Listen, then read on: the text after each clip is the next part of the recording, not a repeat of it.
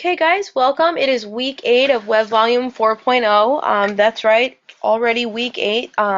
Lots of great things going on. Tonight we're going to be talking about networking and networking groups, which I think is really great. I'm sure that a lot of you guys have heard from our coaches that in addition to networking and just building relationships one-on-one, many of them participate in town-sponsored or actually organization-sponsored, depending on which group, networking environments where people get together for the sole purpose of getting to know each other and build relationships and see how they might be able to help each other out in business.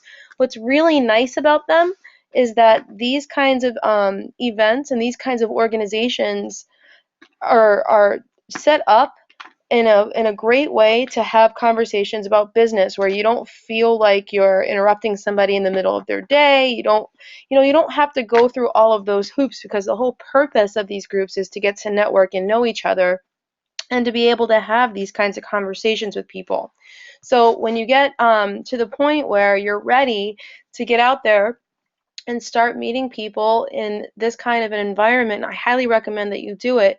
And during the session tonight, you're going to find that what's really exciting is because of the internet, because of social media, you can actually do this even more effectively than ever before because many of these organizations have social media groups that you can join as well. Whether it's one of the organizations that we're all familiar with, like Chamber of Commerce or BNI, or whether it's just a town-sponsored group, which a lot of them have as well.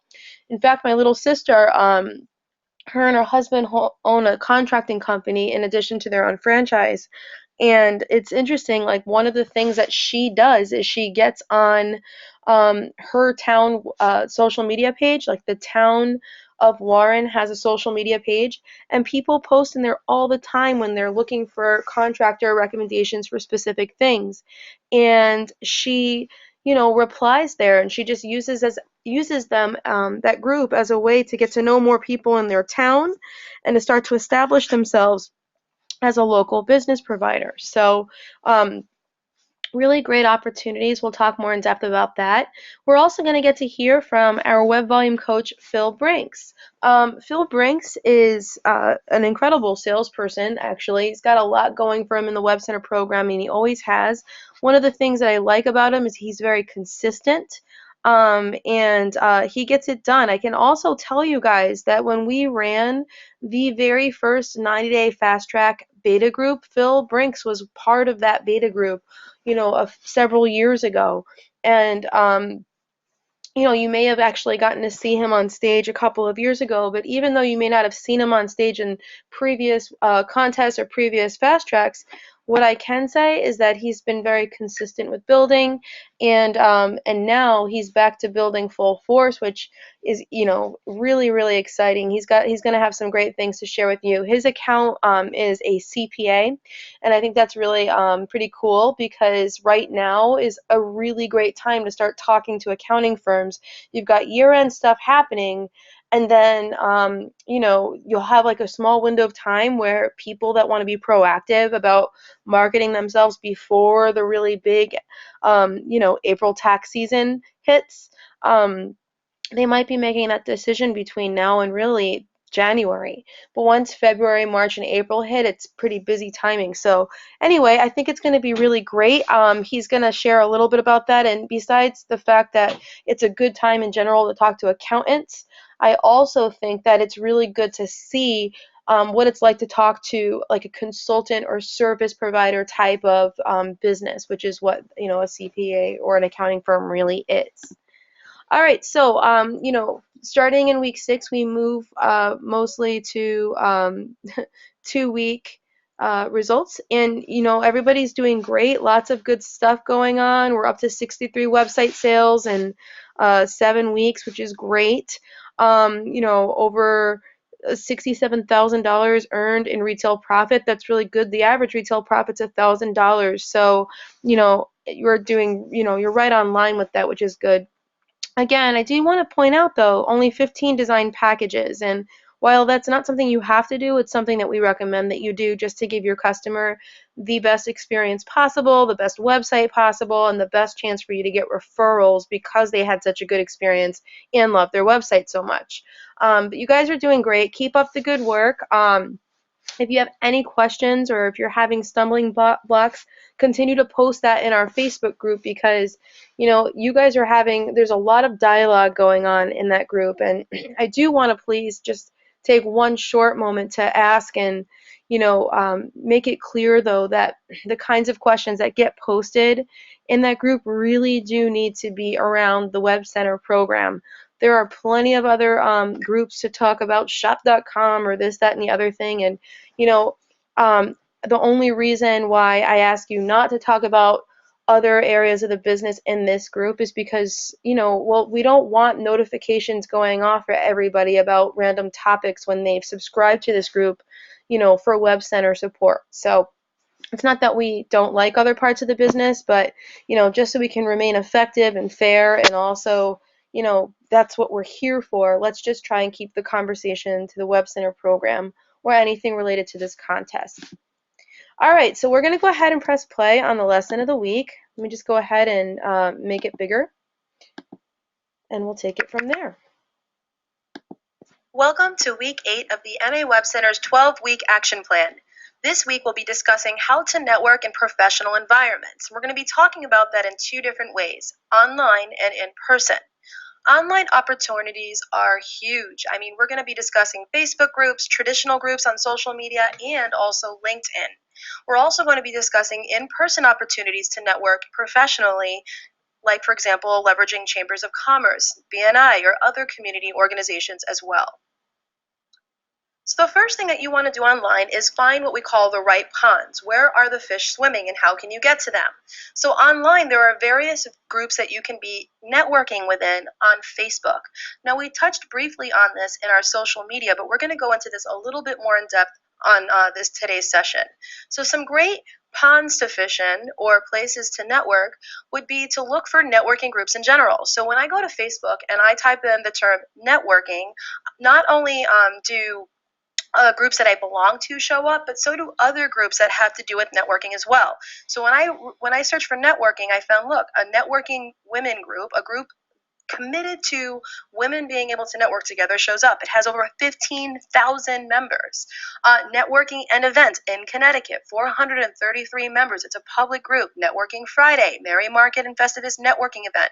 NetworkingTimes.com, 5,000 members. Networking Jobs, 4,000 members. Now you can get as specific as you want with this, but the idea here is that you identify groups where people are gathering with the purpose of networking. When I look for entrepreneur, entrepreneur is a page. Now, this is not a group, but I could go to this page, entrepreneur, which, by the way, has 1.7 million people that follow it, and generally are all interested in talking about entrepreneurship. These are business owners. These are salespeople. There's going to be plenty of opportunities to meet other people just by simply becoming a fan of this page that have similar interests as you do, whether they're looking for an actual solution to market their business or they're looking for a platform to promote. So this might be a great recruiting opportunity as well. But look at this group, Entrepreneurs Network, 27,000 members. Entrepreneurs, hashtag make it happen, hashtag no excuses. Entrepreneur Mumbai, 240. Again, there's a ton of groups here where it's an opportunity to meet other like-minded people where you can network to either, again, find a possible new sale or to actually recruit and find additional franchise owners or web center owners, or even just find people that are great centers of influence that you can network through. Remember, at the end of the day, your goal with networking online or in person is to expand your network, to increase the possibilities that you have, meet more people, and meet more people through those people, right? It's all about expanding your network. The more possibilities you have, the more opportunities that you have to become successful. I looked up Small Business Saturday. Small Business Saturday has a page with 3.3 million people that are a fan of that page. Again, do you think it might be a good idea to be a fan of that page? First of all, the kinds of content that they push is great. They're talking to small business owners, which is your target market your target audience. And there's lots of great ideas for how to market your business. Now, a lot of people that own small businesses that become a fan of that page are really excited to get that kind of content from them. However, a lot of the ideas and content that that page will push will require the small business to have a website presence or a way to actually take a sale online or an email campaign, which means they might need an email system, right? These are all business owners that would love to implement the ideas that they're getting from that specific page, but they might need a solution for, or they might need a better solution to be able to implement. When I start small business owners comes up, 12,000 members. Now that's a lot of people that I have the opportunity to network with that may be looking for small business marketing ideas or advertising ideas, small business symposium, the U.S. Small Business Administration, 71,000 members, right? All excellent opportunities to meet and greet and learn about and meet new prospects. Now, when you are on social media and you are using it for business purposes, it's important to understand that some of your profiles will be completely business oriented while others need to be personal. So, if you are using Facebook in a personal, your Facebook page, for example, your Instagram or your Twitter account are all personal use, that means that you need to be following that 80-20 rule, right? That means that 80% of what you post needs to be it needs to be lifestyle stuff, things about your interests, things that are going on in your life. It needs to be social, and 20% can be all about work, business, or your web center program. It's important that you follow that rule. Now keep in mind that a lot of the networking that you do online is going to be with your personal page, and that's okay. You can join local groups. You can look for pages that you can interact on as a personal profile and still be incredibly successful. In fact, I know that the majority, if not all of the networking that I do is using my personal page. And it's, again, it's all about relationship building. So as long as your profile is, has a level of professionalism, and again, these people are going to check you out. So as long as it's holding true to that level of professionalism that you would want it to hold true to, then this can be a really powerful way to network. Another opportunity that you have is to set up business specific pages on different platforms. So you can set up a Facebook business page or a LinkedIn profile and keep those platforms strictly business. Now, if you set up a business page for your Facebook, then obviously you wouldn't be posting personal content to that page. In fact, that's highly frowned upon. You want to save personal content for your personal profiles. So if you had a business page, then you would only post business related items to that, and you would use it as a way to connect. LinkedIn is a great way to network professionally as well. So you want to keep that strictly business as well. So I have here my name, my title, my current contracting and work information, my education, my profile, etc. And I use this as a way to connect professionally. Again, it's a great opportunity because people that are networking on business platforms are very open to that. So again, the work that you have to do to get to the permission to have business conversations is, severely lessened, because that's why people are there in the first place. However, I do want to remind everybody that using your personal profile and becoming a part of professional organizations on Facebook, for example, like the Chamber of Commerce having their own page, or like Small Business Saturday, or entrepreneur networking groups, those, even though you're using your personal profile to network inside of those online groups, you're still in a group where it's acceptable to network in a professional manner, meaning you don't have to tiptoe around and feel like you have to take your time to talk about business. That's what the group is dedicated for. So it really comes down to a time management thing. If you have the time to manage effectively a business platform and that's what you want to do, go for it.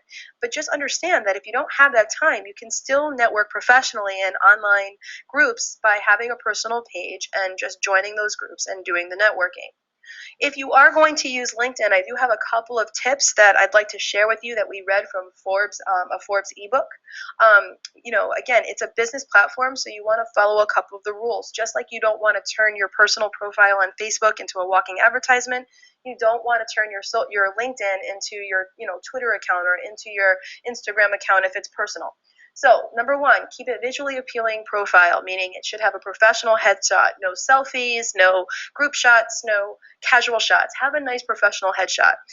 And also, another tip, which I thought was really cool, is consider using a creative headline that focuses on your skill set rather than your current job. So instead of saying that you are a sales manager at this coffee shop, just say that you are a coffee making, magician or something. Just think of something fun and something that actually edifies what you do rather than the title. A title can mean whatever it means, but if you describe what you do and you put that in the reader's mind, that could be more effective. Second, LinkedIn can be an expanded resume. So, don't forget to actually upload documents, links, and samples so that it's giving your profile more value. Don't just fill out the fields. Make sure your entire resume is on there. Make it downloadable. Make sure that you have links out to some of your clients' websites or to masamples.com, or that you have some pictures in there that show samples. You can do all of that stuff. That's the beautiful thing about LinkedIn, is it's not just a piece of paper that you hand to somebody. It can be interactive. It can link out to other resources as well. 3, strategically connect with others. Connect with your existing professional and personal contacts, right? Exchange LinkedIn profiles instead of business cards when you meet people. You can use this as a way to ask for referrals with your existing network, right? Because you're using it to network professionally. And fourth, most importantly, you have to stay active if you want this to work for you. Right now, only 13% of people are using LinkedIn every day and 34% every week. So it's important that if you want to see the results, you have to stay connected with other people that are actually active as well. Build value every day, make as many connections as you can, and be consistent. Now, networking groups is an excellent way to meet other prospects. And again, just like the online networking groups that you can join, networking groups in person can be really effective because people are there to talk about business, right? There are places like Chamber of Commerce, BNI, church groups, community or town organizations, online groups. These are places that gather together, people gather together to network and find out how can we help each other. And that's actually the key. How can we help each other? You don't just go there like a shark looking for places, people to eat and ways to get. You want to also find out how you can give. It's really important that you do that. So let's talk about some best practices to make the networking groups work for you. There's a couple of rules that we recommend that you follow. Number one, like I just said, remember it goes both ways. You have to remember that when you're talking with people, that part of your goal is to identify how can you help that person. You need to be open-minded to learning about other people. Don't be one-sided. You never know where things can lead.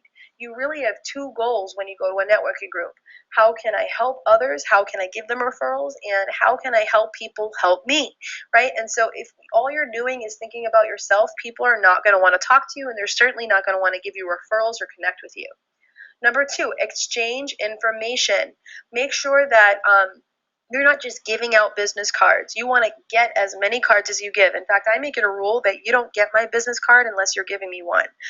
If you have professional online profiles with LinkedIn, for example, then try exchanging LinkedIn profiles. Connect online as well, because now, actually, that's an even more effective way, because with LinkedIn and other social platforms, people tend to connect more often because it's more casual than it would be to pick up the phone and have a conversation. So sometimes exchanging a social profile is actually more effective than exchanging business cards. But regardless, you want to make sure that you're not just leaving the ball in their court, which means you don't want to just give them your card and hope they call you back. Always make sure that you have a way to contact them as well. Number 3, ask questions. You need to use this time to qualify your prospects or to identify how you might be able to best help each other. Is the way that you can help each other is that this person needs an appointment, you might be able to help them with their current situation? Or is the way that you can help each other that you might be able to meet, learn more about each other, and give each other referrals? You don't know unless you find out. But the point is you don't want to just walk around with a script and a little spiel that you give everybody and try to sell websites, because that doesn't work. You want to use this time as time to qualify. 4, describe your client. People at these events are not web designers. They are not technical industry professionals, right? And so don't speak in that language that they don't understand. Don't share features, share benefits, right? Also, focus on asking referrals for a specific industry. Sometimes if you actually describe your ideal client and then you actually pinpoint their thinking, it can be helpful for them to actually think of referrals to give you. So, for example, rather than walking in and just describing what your solution can do from a technical standpoint, say something like, well, what we do is we actually help small to medium-sized businesses to market themselves online. This month, we're actually focused on helping contractors because it's their busy season. Do you know of any roofing companies or home building companies that could benefit from a better website presence? So I did a couple of things there. I let them know that I work with all small to medium-sized businesses. I let them know that we help market their business online. That's something that they can understand. And then I pinpointed their thinking and they start thinking about specifically roofing companies and home builders that they might know that could benefit from a better web presence. So I did a couple of things, and I didn't just box myself in this to home builders and roofers. I said this month I'm focusing on. If you just say small to medium-sized businesses, sometimes that's such an ambiguous statement or such a broad statement that it's difficult for the person you're talking to really think about one or two prospects that they might be able to lead you to. So it can be helpful to focus their thinking. And finally, focus on appointments. There's not enough time at these events to sell a website. Generally, you're getting just a few minutes to talk with somebody, if that, and so you need to focus on selling appointments and describing your client, that kind of a thing. Make sure that you're not there, again, trying to sell websites in 3-minute conversations because it just doesn't work out that way. In fact, if you do that, you're going to end up giving your prospects just enough time to make an uneducated decision. So focus on appointments, describe your client, ask lots of questions, exchange information, and remember it goes both ways. So this week we have a couple of different exercises. Now, a lot of times at in-person networking groups, you have to do what's called a 30-second commercial where everybody goes around the room and they, in 30 seconds, describe what they do and what they're all about. So this is very similar, by the way, to when you describe your client, the step 4. So what I want you to do is I want you to focus on what your 30-second commercial would look like. And then I want you to actually practice giving that 30-second commercial in front of a mirror just a couple of times until it feels really comfortable. So an example would be, again, listen, I help small to medium-sized businesses to grow their business by having a more effective online presence. Our team works with all small businesses not only to create better websites, but also to market that website online. That's an example. So write it out and say it a couple of times so it's nice and comfortable. The first time I did this at networking events, I was so nervous, but then by the 3rd or 4th time going around, I had said it a number of times, and it just gets more comfortable, which makes me to be a better communicator, which is something that you want to be. Now, the second part of your exercises for the week is to identify 5 or more online groups that you can join and then join them. So write them down, go to Facebook or go to some social networking platform that you believe in, that you are active in anyway, and look for different networking groups that you can join and start to network on them.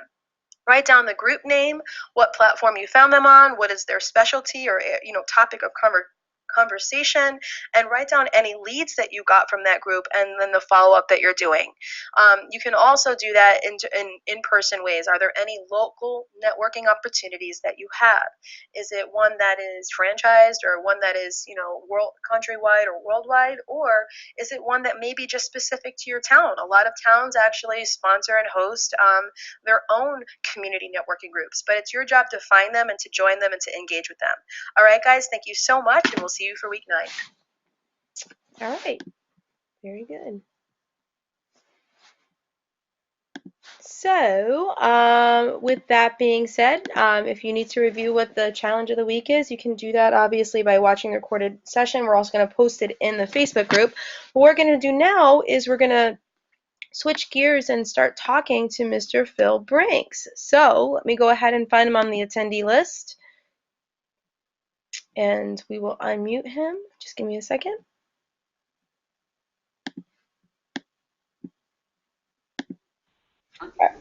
Hey, Phil. Hi, Sarah. How are you? I'm doing great. Awesome. Well, I'm excited to have you. And I guess we'll just dive right into it, and we'll just do the interview. Sound good? Sounds great. All right, so before we ask any questions, I want to show you what the website looks like. This is Kane Ellsworth LLP. It's a CPA firm in Iowa. So you can see that there's some really pretty design and it looks responsive and mobile friendly, but you can see that all of the web design is really it's just really well thought out. It looks clean, it looks modern, it's clearly been updated recently. A nice photo gallery over here, some business opportunities, looks like some links to some blogs perhaps. And then I loved the header, the footer, because no matter which page I was on, it was really easy when I got to the bottom of the page to get contact information, directions, and basically just to connect with the company. So the site is very, very beautiful. I'll definitely be posting it on social media this week as well. But let's talk about how they became a client and the whole process. So, how did you initially meet this client, and what was your original relationship with them? Yeah, sure. You summed it up in the webinar that we just got done with, and that is networking. I would Most of my success has been given to networking, just getting out there and meeting people. So this was no different. This was a guy that I actually went to college with. I didn't know him that well, but we knew of each other. And he wanted to get to know me and my business a little bit. And so he just wanted to sit down and ask some questions about us. And when I say us, I mean me and the MA Web Center team and how we build websites. And I just kept listening, and he kept answering, asking questions, and we just kept the conversation moving that way. And at the end of it, I had to do my due diligence, and I said, well, what about your website? So I asked a few questions after he had asked me a bunch of questions, and that was pretty much how it started. Awesome. So it was really, you really did have that sit down where you get to know people. That's really great. How did you, so you ended up asking them about their website. Did the conversation just continue from there? Did you end up having another time to follow up? Well, it was the guy that I sat down with. He was a new accountant to the firm, and they had a new location in Sioux Falls where I'm at. So he knew that they were thinking about doing something with their website, but he wasn't really sure. So it was very much a warm lead, but not hot at all. So he wanted to get me in front of their marketing manager, and so that was basically the next step.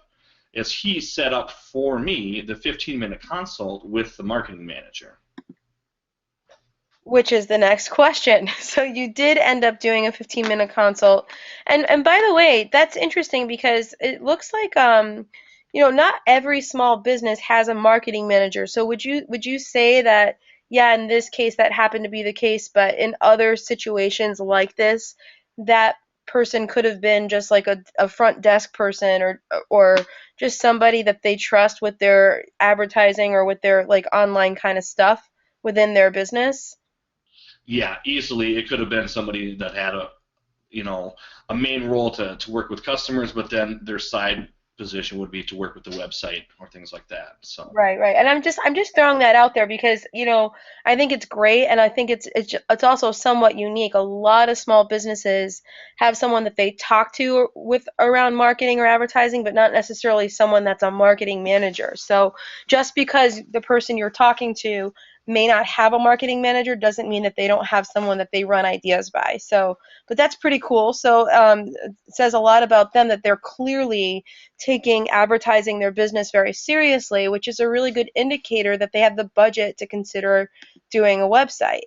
Um, so ultimately, what made the client decide to go with you guys?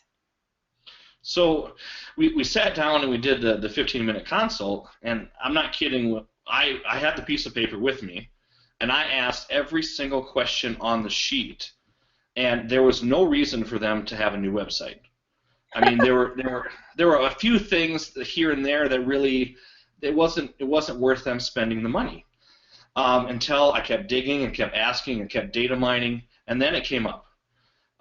They were using a platform called HubSpot, and they were spending $750 a month with HubSpot.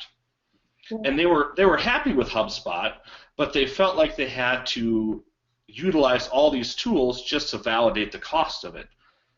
And so we took a look at it, and MA Web Centers could provide the same tools that they were actually using for $60 a month, saving them almost $700 a month. And that's really what caught their eye. Yeah, I'd say so. You go from an almost, what, $10,000 a year bill to run your website to a like $720 a year bill. That's amazing. So that's just mind blowing to me but that just lets you know that everybody out there knows at this point that they need all of these things to be successful online. And there are companies out there that are, I mean, charging those kinds of, that's insane. So $700 a month. and they were fairly happy with what they had, but they weren't happy with the price tag. And I never would have found that out if I wouldn't have just kept asking questions until that came up. Yeah, and that's an important point. And that comes from experience, guys. Like when you go through this process a couple of times, you'll find that maybe the first couple of times you're talking with a prospect, and they start like, what Phil's describing, it doesn't look like right on paper initially that they're a great candidate. Well, if get that initial reaction when you're first getting started, you might just say, okay, well, next, moving on. But, it pays to keep asking the questions. It really does. He really just helped them save a ton of money and still get the same functionality.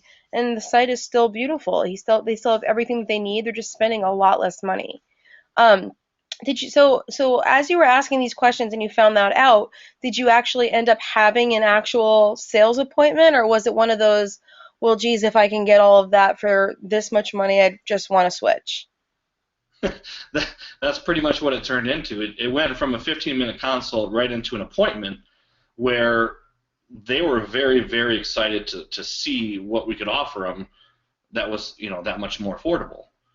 And so I went in to talk about it, and the only reason that I went and did the sales is because I've been on the phone numerous times with the sales team, and if you pay attention when they sell a website on the phone, you pick up how they do things, and you become a better sales manager yourself. And for that reason only did I just move right into it to try to get them to close and decide to want to get a website that day. Totally, fair enough. If and when you feel ready to do that, it's totally acceptable to do that. There's no problem with that. But yeah, I mean, it's so funny because if that were me on a sales call and we're going through, or we're doing like a sales consultation, and I found out that they were spending $700 a month, yeah, I think I could get them inspired to want to do an appointment right away too. So the follow-up process, I'm guessing, was somewhat short, or tell us a little bit about that. After the appointment happened, how long did it take until they decided to go ahead and purchase the website? Yeah. Now, it's more of a medium-sized business because they have 2 locations in 2 different states, and the marketing director calls the shots, but when it comes to spending a little bit more money, they have to go through the owners. And so it did take a few emails and a few calls back and forth to answer their questions to make sure that we had all the features that they currently used. And so there were some follow-up calls and some emails, but once they were comfortable with all the questions answered, then they moved forward. Right, and that's exactly what the goal is in follow-up, is to answer questions and help them make an educated decision, because when they do make an educated decision, they're going to remain your client for life. When they rush into something and they didn't have all their questions answered, that's when you should be concerned. So awesome. So what was their method for building the website? Was it a design package or a do-it-yourself situation? This was definitely a design package. We did a full 10-page design. Their old site was actually 30 web pages long, 30 pages big. So what we did is we did a 10-page design, and I actually went to their office and helped them walk through the design wizard, which is very helpful. And then I walked them through how to make some of the additional pages, because they had another 20 pages to go. But in the process of teaching them how to do that, they learn how to use the editor, they learn how to use customer care, and then they become very comfortable making the edits and adding website or adding pages later on. So you kind of empower them at the beginning to finish off the 30 pages, and they've just really taken and run with it since. Honestly, I'm such an advocate. Something I just want to reiterate something that Phil also said.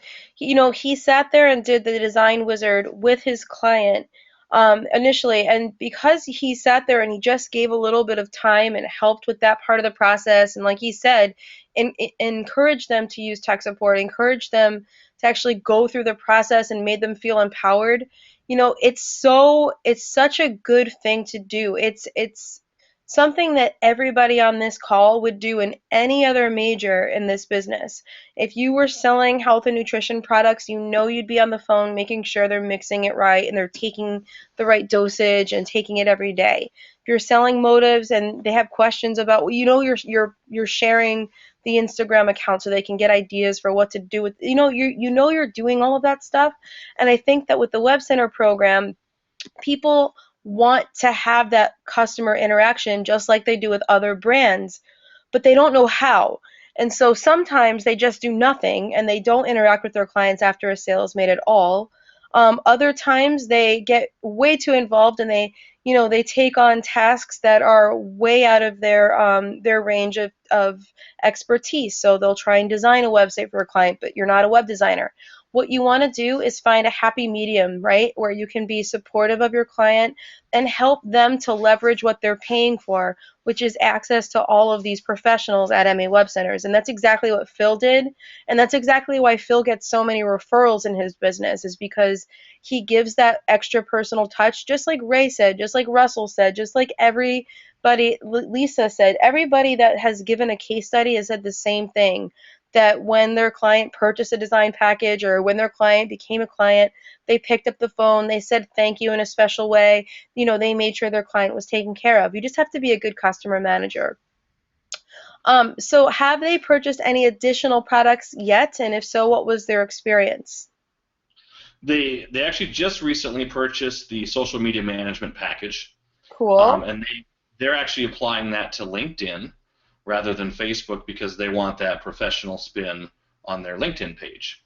So it's pretty early yet, but as far as the setup went very smooth, and they're really excited to see what that does for their LinkedIn presence. Really great. And now tell me, how did you get them to be aware of the new social media package?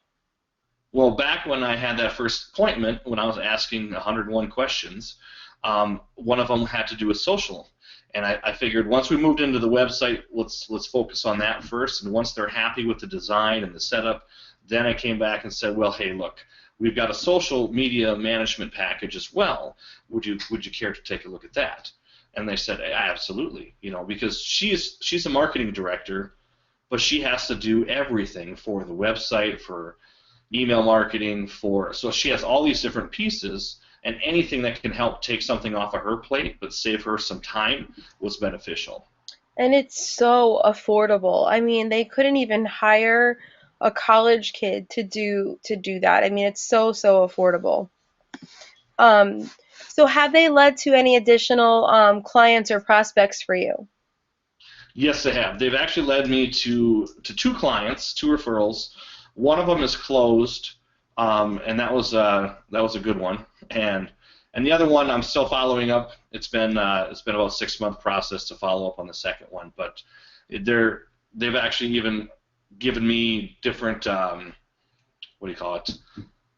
I've used some of their testimonies in some of my marketing materials and on my website and things like that because they are extremely happy with what we did for them. Oh, that's awesome. Really cool. How did the website improve their business aside from saving them like $10,000 a year to have exactly the same functionality? So yeah, the biggest thing was the cost savings, and they're a new business in our area, but the company itself has been around for 40 years.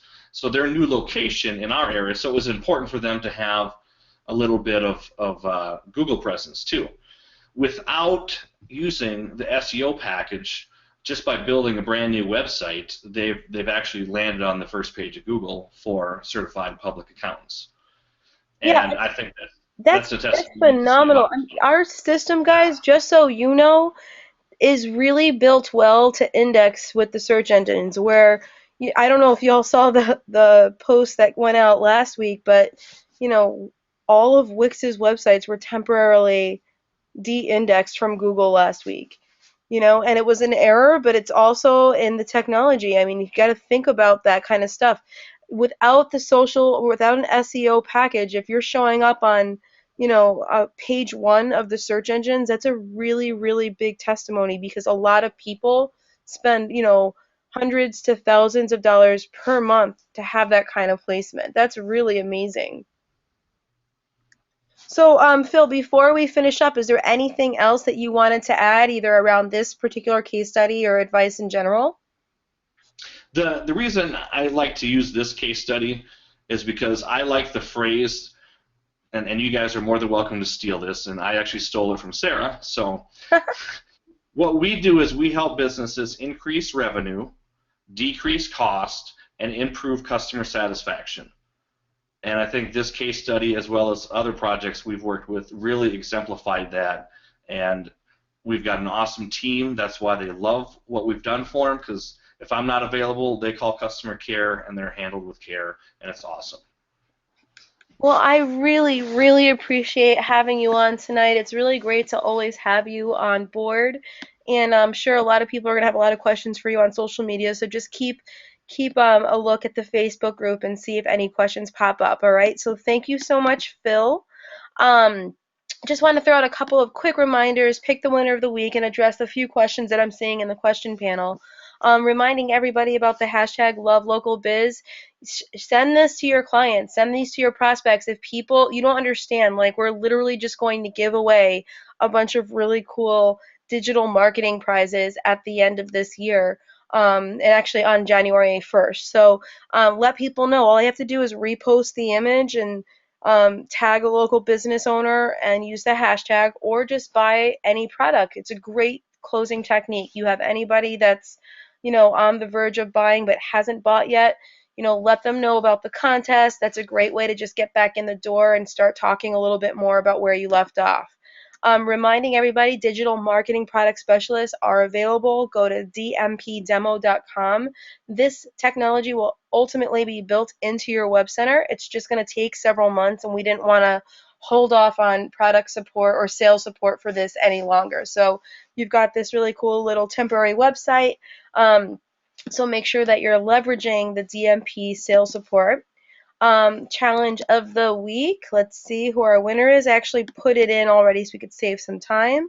Pick a random name. Congratulations to Sarah Ellis. So guys, I do want to say this. So this week we had about 9 people that commented on the challenge of the week post. In week 1, we had like 70. So in the past like 3 weeks in a row, an Ellis, one of the Ellises, won the $20 gift card. And it's because they're staying consistent. So make sure that you just do the little challenges and you just comment so that you can actually have a chance of winning. That's really exciting stuff. And it's easy. You can be rewarded simply for participating. You don't even have to be the best. You just have to participate. Don't forget to do that. So with that being said, everybody have a great week, and continue to ask your questions. Keep the questions on point to the Web Center program. Do the challenge of the week. Rewatch this if you need to. Just go to webvolumecontest.com and just stay consistent. We'll see you next week.